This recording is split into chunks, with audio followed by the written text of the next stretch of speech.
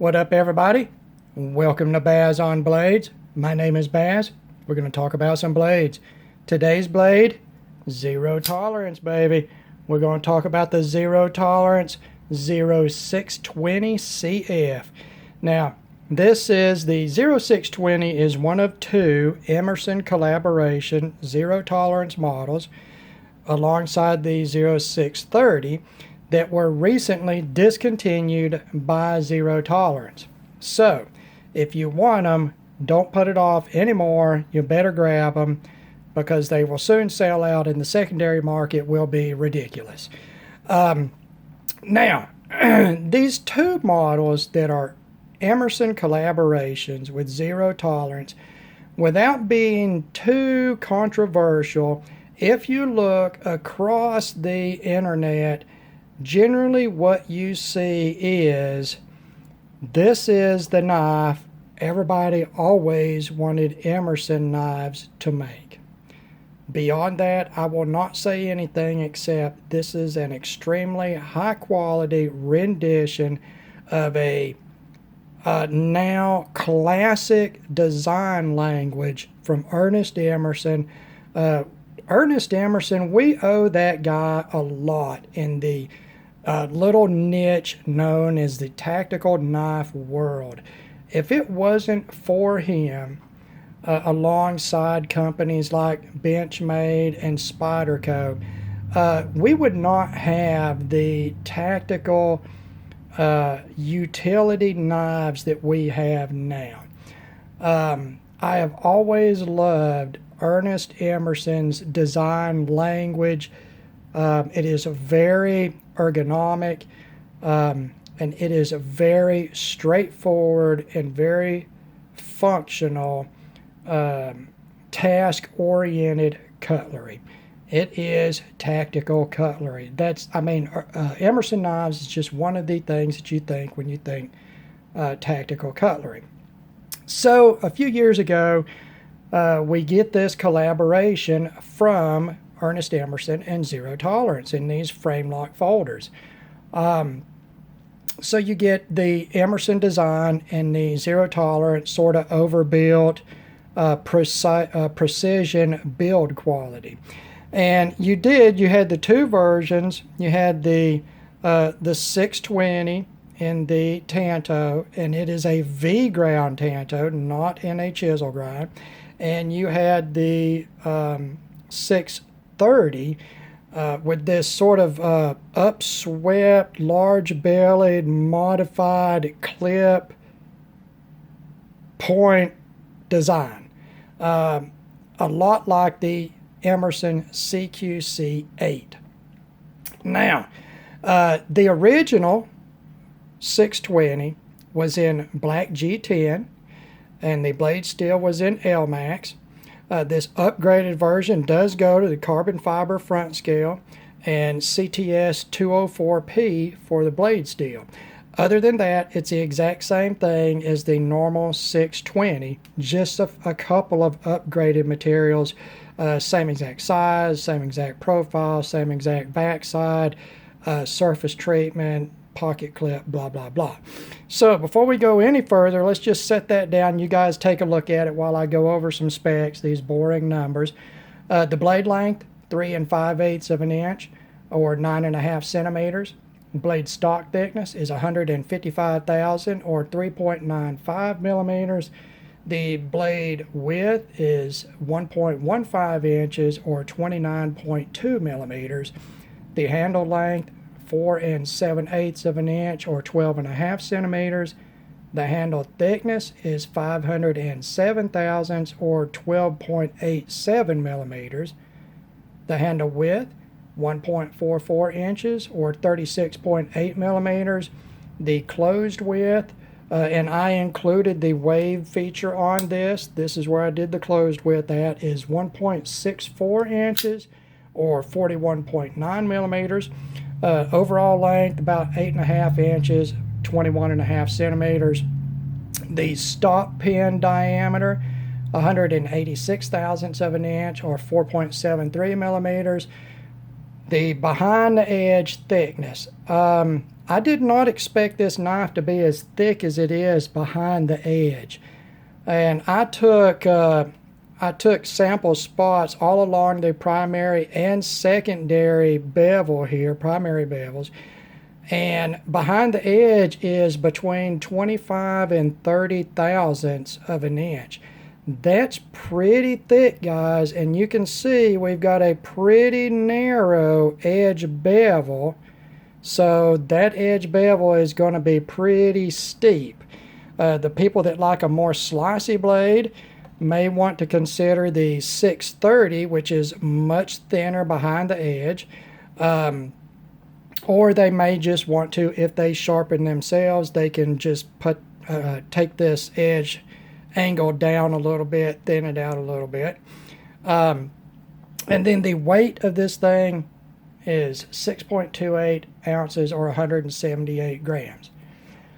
Now, before we get into specs, I want to say thank you to LTK, Love Them Knives. If you guys are not already subscribed to Love Them Knives, that's LUV, Love Them Knives. Go over there, subscribe to that channel. Mr. LTK, he loves them knives, guys. No matter what he reviews, he's so enthusiastic. He loves knives, and he is a brother in this community. He is sending me knives as loaners to review. He moves so many more knives through his collection than I do. And he sends me these things, just hundreds of dollars worth of knives. And I've never met this man before. I've talked to him online. I've never met him before. He is such a fantastic guy. He's been instrumental in helping me get my channel started, and I want to say thank you once again, brother. All right, materials. Let's go ahead and start up here on the blade, since that is one of our upgraded materials. The original 620 being in LMAX, which is a fantastic steel. This upgraded version being in CTS 204P. Now, CTS 204P is a Carpenter steel that's an American company, and it is basically the American equivalent of Bowler's M390 or Latrobe's Duratec 20CV. All right, what these steels are, the CTS 204 and its counterparts, are very high carbon, high chromium, and high vanadium modern alloyed stainless steels. It's got a lot of carbon in it. The carbon aids in hardenability. The free carbon that's left over combines with the vanadium to form carbides, which are ultra hard, just little ultra hard microscopic particles that are suspended in the matrix of the steel. That makes steel very toothy cutting. It aids in wear resistance and edge retention. This steel you'll typically see rock weld in the 60-62 range. Features very high wear resistance, edge retention, and corrosion resistance, and it's fairly easy to sharpen. And I say fairly easy to sharpen. My experience with it is diamond sharpeners or pack-a-lunch. Okay. Now I haven't sharpened 204P yet on my KME system, but I did sharpen it, I believe, on my normal land ski, and yeah, it took me a couple of days, guys. That wasn't even a diamond kit. So it's a pretty wear resistant steel. It'll hold that edge, but it's wear resistant to your sharpening media also. All right, we'll go into the handle here material wise. Carbon fiber front scale. You can see the machine pattern in it. Everything is very clean. The carbon fiber is very high quality. The machining is very well done. Absolutely zero issues at all, typically with zero tolerance when they use carbon fiber. It is always beautiful, always high quality, always highly machined. That carbon fiber scale is over a steel liner. That is something that Zero Tolerance does on a lot of their knives, and A couple of custom makers also do that with their higher end knives, and you see that a lot through the mid-tech world also. Now, the backside, the lock side, it is a frame lock. We're in a titanium slab here. You do have a stainless lock face insert and over travel stop. Stainless pocket clip that is in sort of an Emerson style, and I wish that it had the Emerson skull on it. Stainless small hardware, stainless concave standoffs, and then not really typical for zero tolerance, but has been used on other models, namely the 300 series models, this 10 millimeter bolt type of pivot. Some people love it, some people hate it. I think honestly you're more likely to have a 10 millimeter wrench or socket around you at any given time than you are Torx bits, number 6 or number 8 or number 10 Torx bits. So, you know what, I don't have any issue with that. I think it looks beefy on a beefy design like these Emersons or the 301 model, say. It really, to me, it fits the overall design aesthetic. You know what? We'll just go straight from materials into fit and finish because I've already touched on some of that. Fit and finish is zero tolerance fit and finish, guys. Zero issues there. I've not seen any machining marks. I've not seen anything miscut, misground. The finish is even all over. The blade finish is zero tolerance. It is a ground satin on the grinds, including the swedge, and then a stone wash on the flats. Then your titanium frame lock is in a stone wash. Your small hardware is all in black. And this steel liner, I believe, has probably been stone washed also to match the overall aesthetic.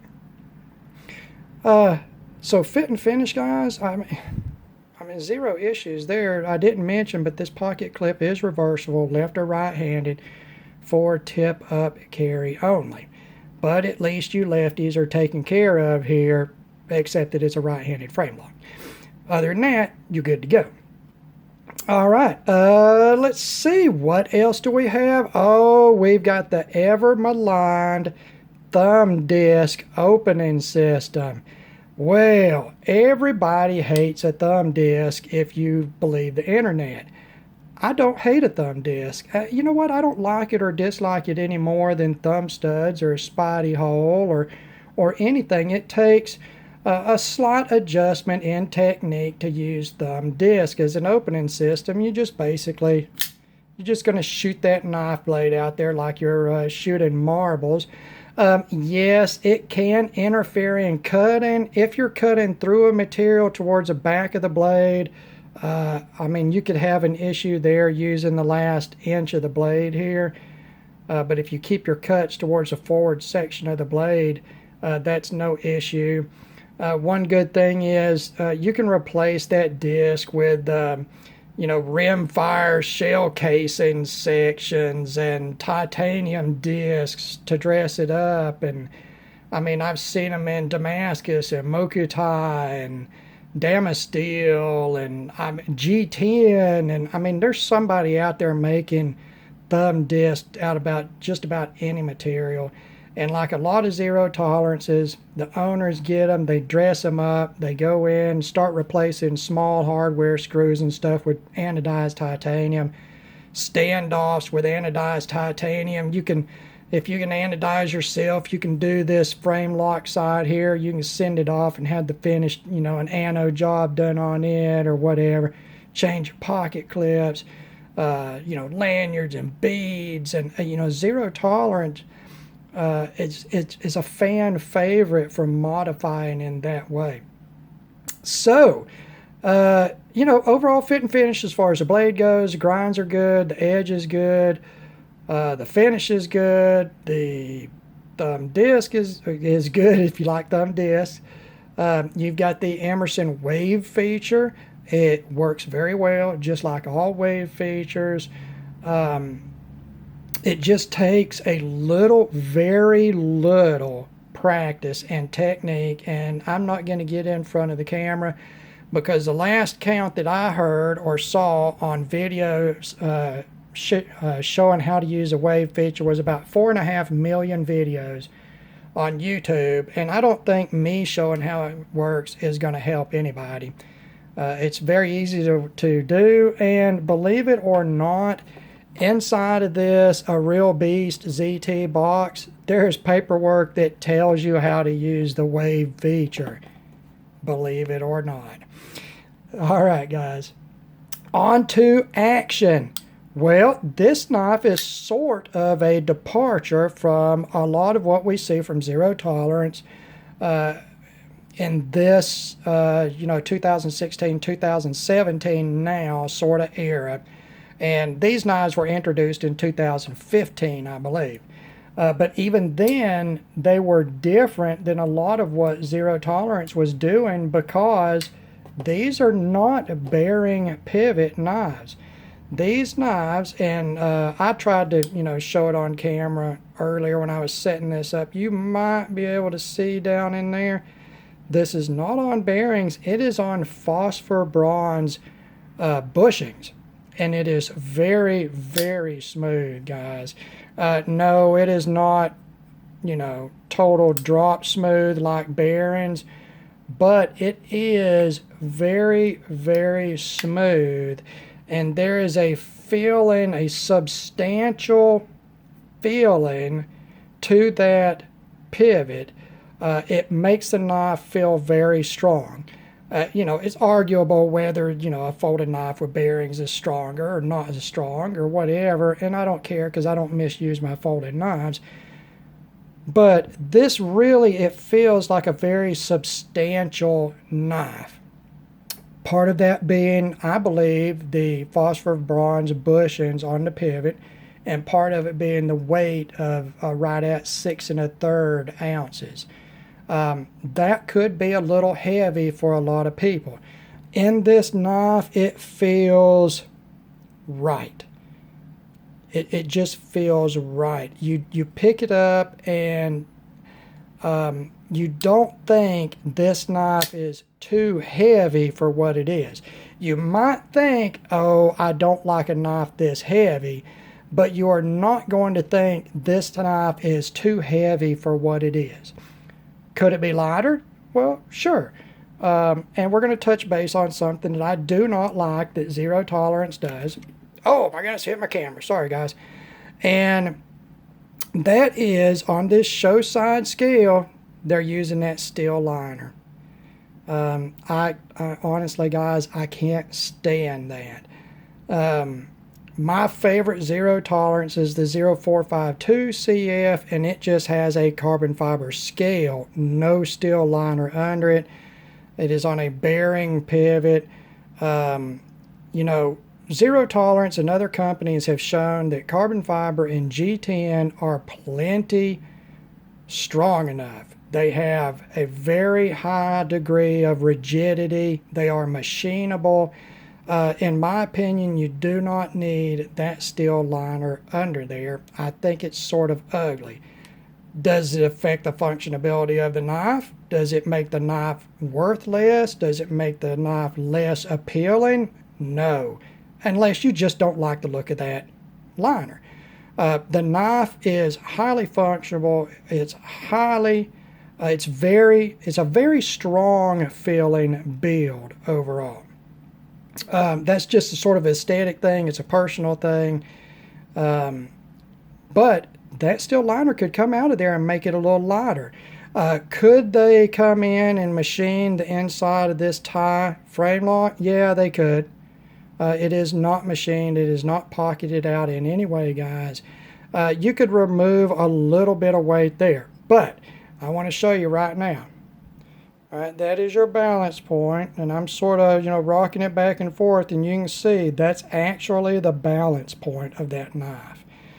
It moves very well with the balance point right in this choil. The handle feels like it feels like almost a load for your hand. And I don't mean a load like in too heavy a weight, but I mean a load like punching somebody with a roll of quarters in your hand. The blade feels very quick and very light. It maneuvers around that balance point here. This knife with a knowledgeable knifer would be very formidable, especially with the Emerson opening system, the wave system, that you've got that thing open. A waved knife can be opened faster than any flipper, any automatic knife. The only thing that's faster than a waved knife is a fixed blade. So, you know, I think overall, even sort of aesthetic things that I don't like about it, they don't really, it's not one of those things where you say to yourself, I just can't get it because of that, because the rest of the knife is so very impressive. The bushings are just, they're silky, guys. And, you know, I don't know if Lee, LTK has oiled this. If I borrow something from somebody, I'm not going to go in it and start changing things. I don't know if it's just got the factory lube on it or if he's lubed it or what, but it's just sort of hydraulic feeling. The centering, perfect. The lockup, let's see, the lockup, we are 30%. 30% on the lockup. It's very solid. I haven't noticed it moving. The detent on this knife. The detent feels stouter than it is. This knife is a little sensitive to pressure on the lock bar, and that's where your detent is located, so you don't want to press against it and push the detent ball into the detent hole on the blade. It took a little bit of finding the exact spot, contact point, and the exact direction of deployment. Just like any of these knives, you got to figure out the geometry of the pivot point to whatever opening system for that specific geometric setup. And once I figured it out, a couple of flips, it's 100% all the time. It's very crisp. Trying to open it, sort of, I mean, you can hear that. Oh, that's a pretty stout detent, just opening it slow. As far as waving it out, yeah, piece of cake, guys. No issues there. It specifically, it feels like a sort of stout detent that's made to start out stout and sort of soften up to the actual perfect position. And it feels that way. My 630 feels that way. And speaking of the 630, guys, I was in Smoky Mountain Knife Works today, and they have let me pull that back out. I don't know why I did that. They have the 630, and these models were discontinued by Zero Tolerance. Remember that. They've got the 630 right now for $144. Smoky Mountain Knife Works, SMKW. I think they only had 5 of them. I asked, the guy said they had 5 at the counter. I don't know, back in the off-site stock, I don't know. But that's a pretty decent deal, guys. And once these things are gone, you know what's going to happen. The same thing with every Zero Tolerance on the secondary market. When it's discontinued or a special or anything, the price is just going to shoot up.